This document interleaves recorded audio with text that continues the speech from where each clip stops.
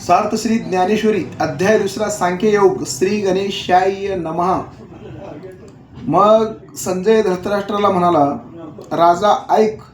तो अर्जुन रणभूमीवर शोकानावर होऊन रडू लागला. त्या कुरुक्षेत्रावर सौकियांचा मेळावा पाहून त्याच्या चित्तात अपूर्व असे कसे प्रेम उत्पन्न झाले की ज्यामुळे त्याचे चित्त विरघळले. जसे पाण्याने मीठ विरघळावे, वाऱ्याने ढग हलवीत न्यावेत, तसे धैर्ययुक्त असलेले ज्याचे चित्त दयेने विरघळले. म्हणून करुणेने व्यापलेला तो अर्जुन चिखलात रुतलेल्या राजहंसाप्रमाणे कोमेजून दिनवाना झाला होता. याप्रमाणे तो पंडुकुमार अर्जुन महामोहाने अतिशय पीडित झालेला पाहून श्री शारंगधर काय म्हणाले ते ऐका. ते म्हणाले, हे अर्जुना, तुझे हे आचरण या युद्धभूमीवर अशा प्रसंगी उचित आहे का? भगवान श्रीकृष्ण अर्जुनाला म्हणू लागले, अशा अर्जुना, या युद्धभूमीवर तो युद्ध करायचं सोडून देऊन असं माझे सोयरे दोस्त मित्र आहेत हे म्हणणं चुकीचं आहे असे भगवान श्रीकृष्ण म्हणू लागले. तू कोण आहेस आणि यावेळी काय करत आहेस याचा विचार कर. सांग, तुला काय झाले? तुला कोणत्या गोष्टीची उणीव भासली? हाती घेतलेले कार्य का थांबले? अशा वेळी खेद करण्याचे काय कारण आहे? तू अयोग्य गोष्टीकडे चित्त देत नाहीस, धीर कधी सोडित नाहीस. तुझ्या नावाच्या उच्चाराबरोबर अपयश भीतीने 10 दिशा पार करून पळून जाते. भगवान श्रीकृष्णाने अर्जुनाला म्हणू लागले की अर्जुना, तुझं जर नाव घेतलं नंतर अपयश हे 10 दिशाने पळून जाते. म्हणलं, एवढं शौर्य असणाऱ्या अर्जुना, तू क्षत्रियामध्ये श्रेष्ठ आहेस आणि सामर्थ्याची तुझी प्रतिष्ठा आहेत. स्वर्ग मृत्यू पाताळ तिन्ही लोकांमध्ये तुझी प्रतिष्ठा पसरलेली आहे. तर तू या युद्धामध्ये भगवान शंकरला जिंकलेला आहेस व निवांत कवच राक्षसाचा मागोमास नाहीसा केलेला आहेस आणि गंधर्वांनी तुझे स्तुत्री गावेत असा प्रक्रम केलास आणि तुझ्या पराक्रमेने त्रिलोकही अपुरा आहे म्हणलं. असं तू श्रेष्ठ पुरुष शुद्ध आहेस. असा तू वीरवर्तीला विसरून आणि खाली मान घालून काय रडत आहेस असे भगवान श्रीकृष्णाने अर्जुनाला म्हणाले. अर्जुन मनाला विचार करायला लागला आणि एकसारखं कारुण्यामुळे एवढा दुःखी झाला की अंधाराने जसं सूर्य ग्रसल्यावर व्हावं तसं अर्जुनाला दुःख झालं. किंवा वारा जसं पाण्याला भीतो, जसं अमृताला मरणाचा धाका आहे आणि लाकडाला जसं आग्नीचं भेव आहे. किंवा मला सांग, मिठाने पाणी विरेल का? कालकुट्ट दुसऱ्याच्या संगतीने आणि कालकुट्ट विष दुसऱ्याच्या संगतीने मरेल का? बेडूक महासर्पाला गिळंकृत करेल का? भगवान श्रीकृष्णाला म्हणू लागले की अरे, अशा असणार अर्जुना, वारा पाण्याला भीतो का? भिणार नाही म्हणलं. अमृताला मरणाला अमृत भीतो का? भिणार नाही म्हणलं. तर अग्नी लाकडाला भीतो का? भिणार म्हणलं. भक्षण करतो म्हणलं. तसंच आहे ते पाणी आहे ते मिठाला भीतो का म्हणलं? भिणार नाही म्हणलं. तसं दुसऱ्याच्या संगतीने कालकुट दुसऱ्याच्या संगतीने मरेल का? मरणार नाही म्हणलं. तसं महासर्पाला बेडूक गिळेल का म्हणलं? गिळणार नाही म्हणलं. आणि सिंहाबरोबर कोल्याबरोबर सिंह कधी युद्ध खेळतो का म्हणलं? खेळणार नाही म्हणलं. पण एखाद्या वेळेस असे घडले नाही, परंतु तू मात्र आणि आज हे ते सर्व करून दाखविलास असं भगवान श्रीकृष्णाने अर्जुनाला म्हणून आले. त्यावेळेला अर्जुना, तुला आत्तापर्यंत तुला अजून संधी आहे.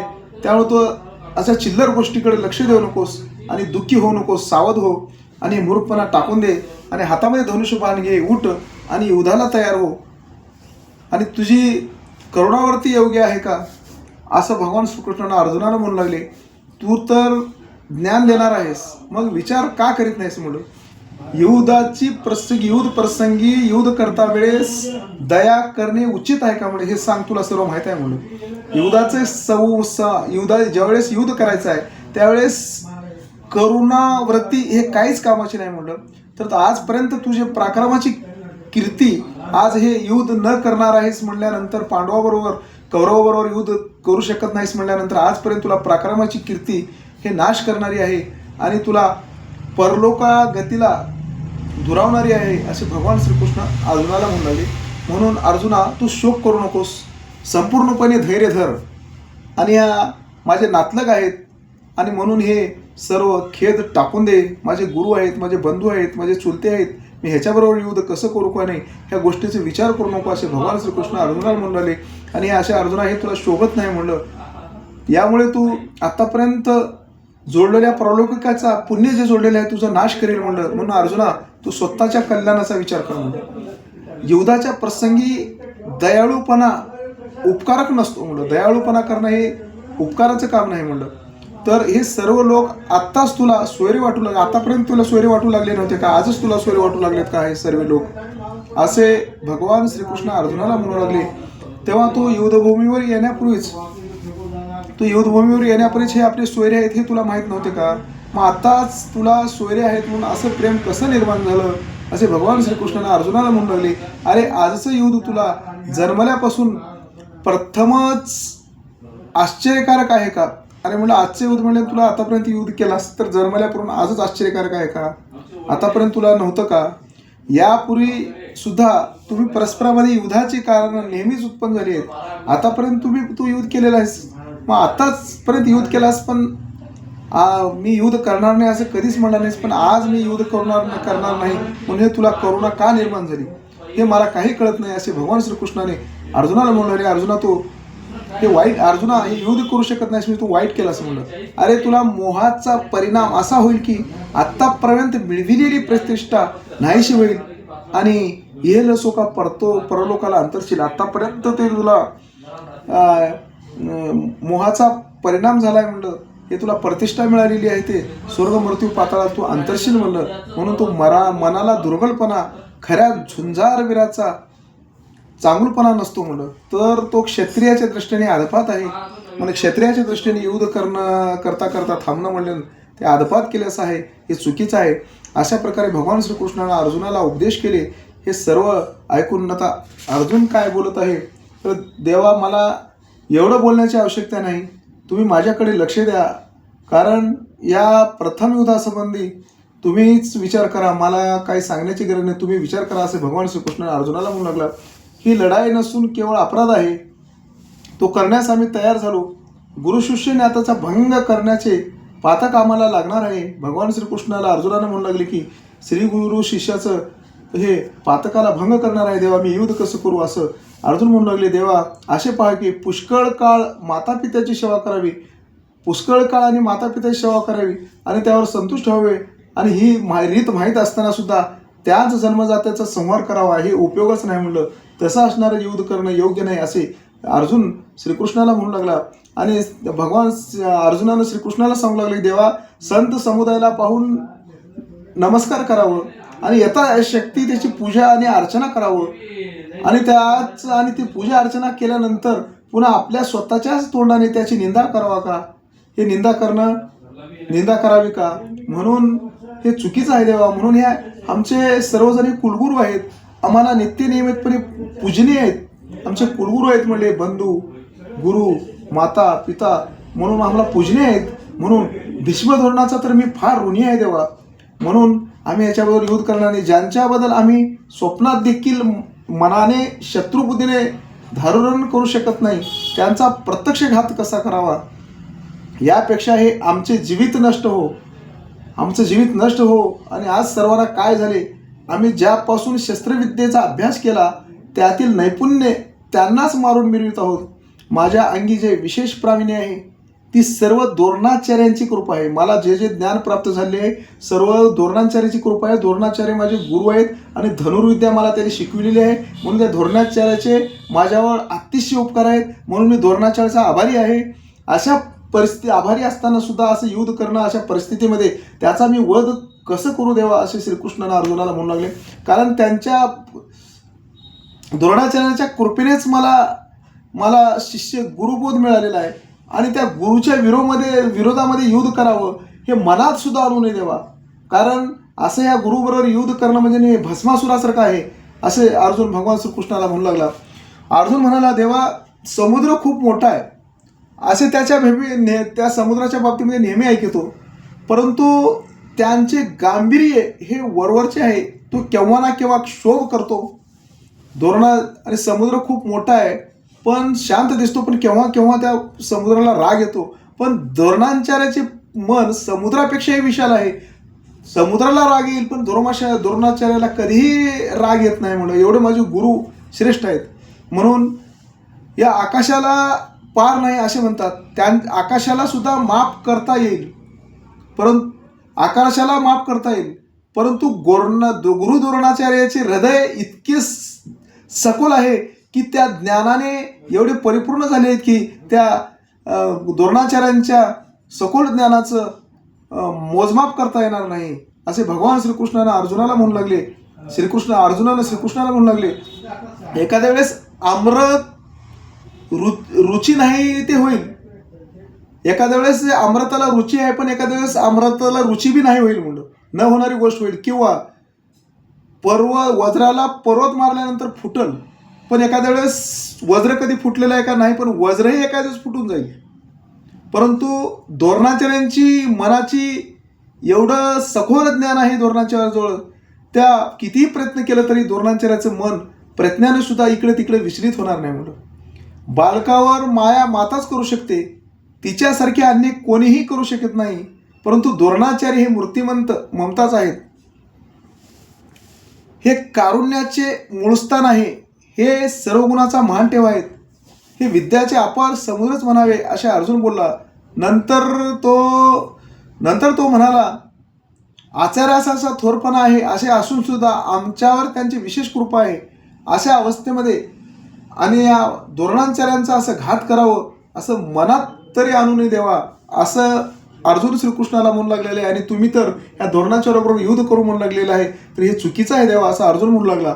ही अशी थोर मंडळी युद्धामध्ये त्याला मारून टाकावं आणि त्या सुखानं ते राज्योपभोग घ्यावं हे विचार मनात सुद्धा आणू नये देवा. आणि तर तुम्ही तर या कौरवाबरोबर युद्ध कर म्हणू लागलेले आहे, हे बरोबर नाही असं अर्जुन श्रीकृष्णाला म्हणू लागलेला आहे. म्हणून अशा द्रोणाचार्यांचा वध करावा आणि आपण राज्योपभोग घ्यावा हा विचार मनात सुद्धा आणू नये, हे फार क्लेशकारक आहे, फार नीचपण आहे. ह्याच्यापेक्षा उच्च प्रतीचे भोग मिळाले, ह्याच्यापेक्षा मोठ्या प्रतीचे जर सुखही मिळाले तर तरी गुरुला मारू नये म्हणलं आणि आपल्या माता बंधूंना मारू नये म्हणलं.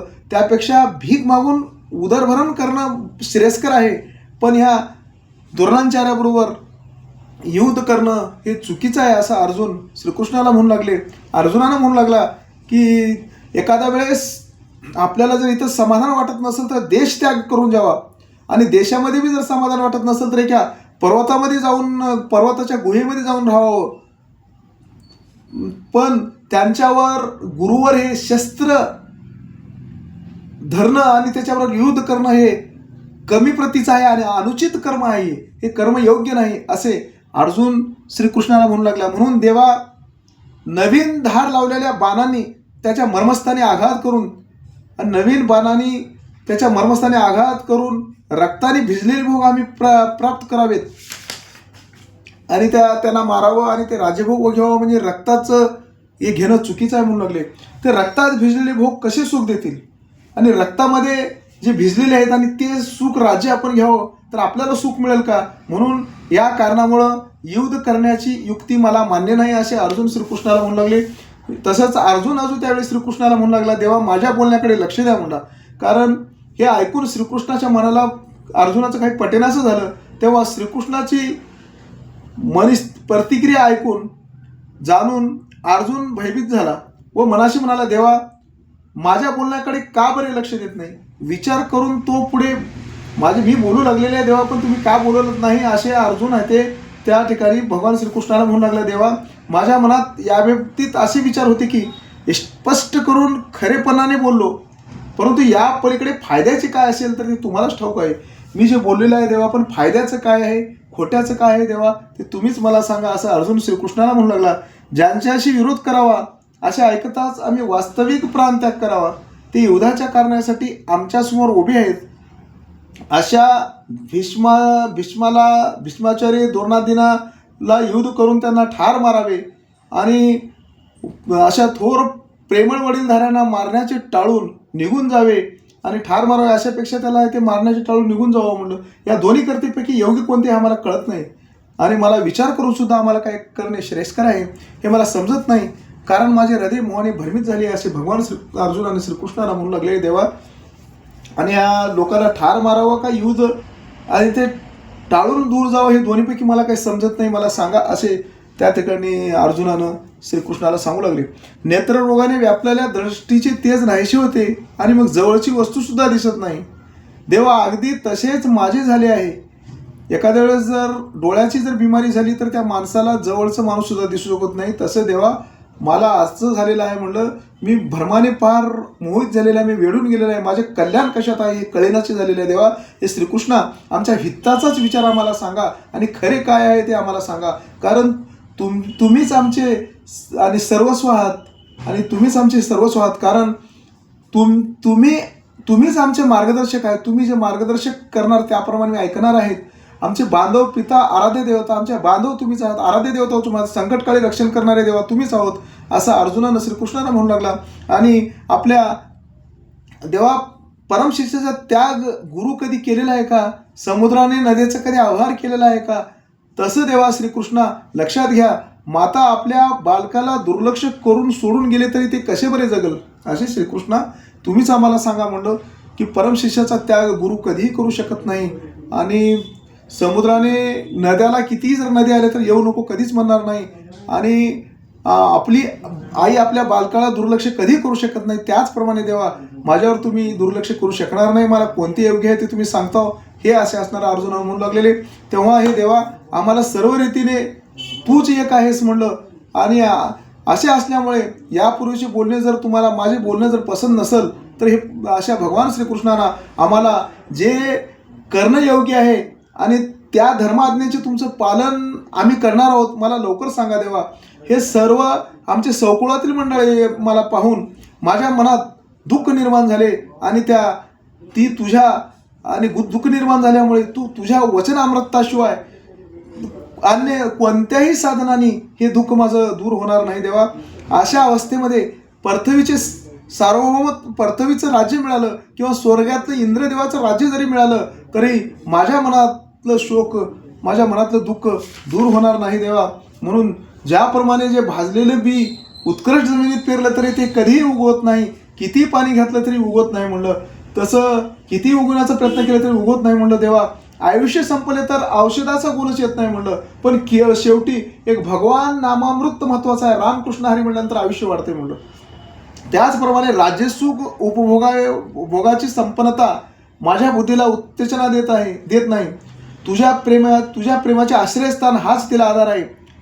असे एक क्षणभर भ्रमाच्या ताडूतून मुक्त झाला अर्जुन शुद्धीवर आला व बोलला, परंतु त्याला भ्रमाने वेढून टाकले. ज्ञानेश्वर महाराज म्हणतात, मला तर वाटते की भ्रमाची लहरी नाही, ती वेगळीच कल्पना आहे. महामोहरूपी कालसर्पाने त्याला व्यापून टाकले आहे.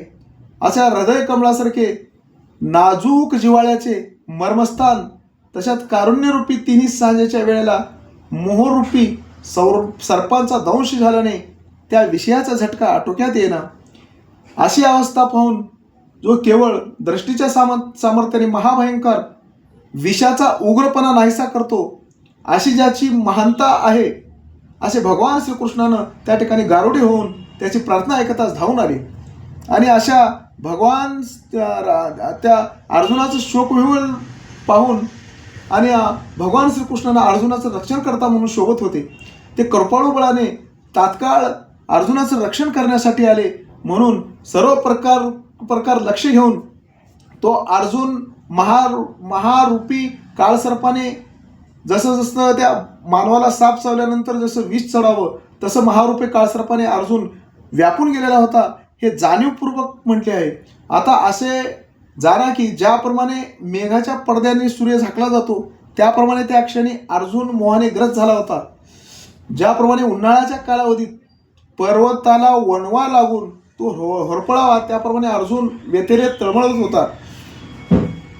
म्हणून असा असणारा त्याचा सखा स्वाभाविक श्यामल भगवान श्रीकृष्णानं परिपूर्ण होऊन महामेघरूपी श्री गोपाळ सहजतेने त्यांच्याकडे वळला. या मेघाला सुंदर दातांचे तेज ही चमचमणारी विद्युलता शोभली आणि धीर गंभीर आवाज सर्व आकाश व्यापून टाकणारा गर्जना बसली. आता हा भगवान श्रीकृष्णानं कृपामेघ उदारपणाने करून कृपा वर्षाव करणार आहेत. आणि त्या योगाने अर्जुनाचे ज्या ठिकाणी वनवा लागल्यानंतर पाणी पडल्यानंतर वनवा शांत व्हावं, तसं अर्जुनाला जे विष चढलेलं होतं त्या भगवान श्रीकृष्णाचे शब्द ऐकलेले अर्जुन शांत होणार आहे. आणि त्या ज्ञानरूपाचे नवे कोंब अर्जुनाला फुटणार आहेत. आणि ही कथा मनपूर्वक ऐका आणि त्यानंतरचा प्रसंग पहा, असे श्री निवृत्तीनाथाचे सेवक ज्ञानदेव म्हणतात. याप्रमाणे संजयानं धृतराष्ट्राला म्हणायला सांगू लागलेला आहे की अशा असणारा राजा तो भगवान अर्जुन असणारा अशा महाशोकाग्रस्तामध्ये पडलेला होता आणि मी युद्ध करणार नाही असे असणारा जे म्हणू लागलेला होता. आणि पुढे काय आहे ते श्रवण करा असे संजयानं धृतराष्ट्राला सांगू लागला आहे. तो खेदयुक्त स्वरात म्हणाला आणि दुःखाच्या स्वरात म्हणाला, देवा ऐका, माझी पुन्हा मनधरणी करण्याच्या मला भरी पडू नका. मी निश्चयपूर्वक सांगतो की काही झाली तरी. आणि भगवान श्रीकृष्णाला अर्जुनानं म्हणायला सुरुवात केलं आहे की अशा असणारा देवा, काही झालं तर मी निश्चयपूर्वक सांगतो, मला कोणतेही सांगण्याचा प्रयत्न करू नका आणि काहीही झालं तरी मी युद्ध करणार नाही असे तो एकदा बोलला आणि शांत राहिला. हे कृष्णाला मोठं आश्चर्य वाटलं. या प्रसंगी अर्जुनाने हा वेडापणा आरंभिला आहे, अर्जुनाला ही वेडेपणा लागलेला आहे. हे आपण आता काय करावं हे भगवान श्रीकृष्णाला सुद्धा कळू गेलं तेव्हा आता. आणि या भगवान श्रीकृष्णाने विचार करू लागले की कोणत्या प्रकारे याला समजून सांगितल्यानंतर आणि याला धैर्य प्राप्त होईल. आणि पंचाक्षरी मंत्रिक बाधा करणाऱ्या एखाद्या वेळेस जर भूत बाधा झालेली असेल तर त्या पंचाक्षरी मांत्रिक आणि ते भूत बाधा कोणत्या मंत्राने दूर होते असा जसा अंदाज घेतो, तसं भगवान श्रीकृष्णाने अंदाज घेऊ लागले की अशा श्रीकृष्ण अर्जुनाला युद्ध आपण करायला तयार नाही तर कोणतं शब्द सांगल्याने युद्ध करल असं असणारं भगवान श्रीकृष्णानं विचार करू लागले.